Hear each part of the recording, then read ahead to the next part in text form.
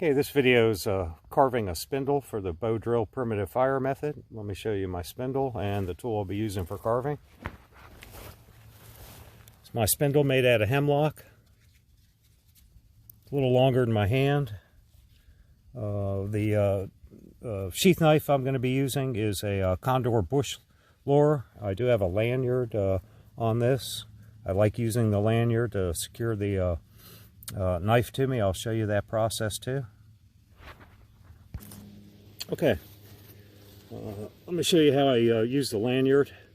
I take I hold the lanyard with the sharp edge of the knife pointing away from me. I put my thumb into the lanyard loop and I will wrap this around my wrist and I'll spin it so the lanyard's not crossed on my wrist. That just gives me a good secure hold. Okay, I'm going to start carving this spindle. First step is I'm going to remove all the bark and then I'm going to start carving the end that will go into the bearing block.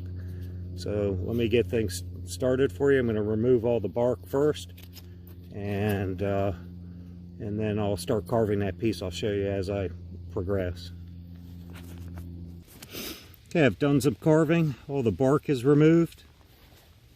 I'm starting to reduce the thickness, making it smaller. I want this to end up about as thick as my finger.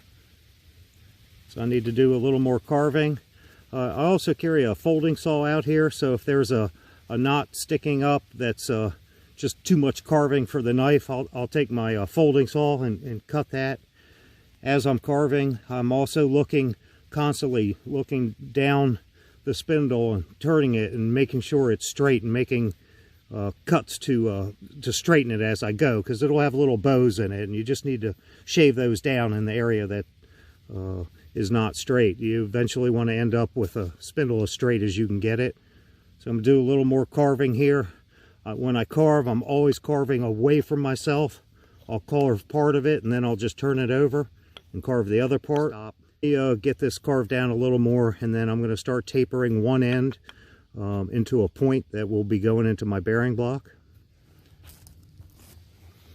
Okay, I've been carving the thickness of my spindle down. It's about as thick as my finger now. That's about where I like it. If they're too thick, it just takes more pressure to spin them. I am starting to taper down one end. This end is a little straighter, so I want that end going into my hearth board. So I'm starting to taper like the last inch or so of the spindle, and I'm going to keep tapering that until I get till it's pretty pointy. I want it to spin freely in its bearing block, so I'm going to have a nice point on that.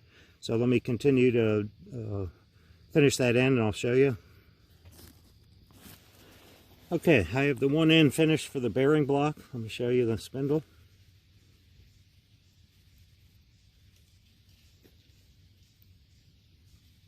And I'm going to start tapering the end going into the hearth board. That will not be a point like that, like this end. That will taper and be a little rounded on the bottom, so it'll do I can do a pre-burn into my hearth board. So let me start tapering this end down. I'll show you. Okay, I made some progress on the hearth board end. As you can see, it's not going to be as tapered as the bearing block end. I also try and make this pretty round, so just watch your end as you're carving and make sure, try and keep it in the center of the spindle and keep it pretty round. So a little more tapering on there. I'll show you in a second. Okay, I have the hearth board end carved. Let me show you this. So this spindle ended up a little longer than my hand. If it's too long, then there's too much wobbling as you're trying to hold it with your bearing block. So anywhere around this length works pretty good for me. So that's the spindle. I normally carve the spindle first because I can't finish the hearth board until this end is carved on the spindle. That'll help determine where I'm going to cut my notch. So there's the spindle for the bow drill primitive fire method.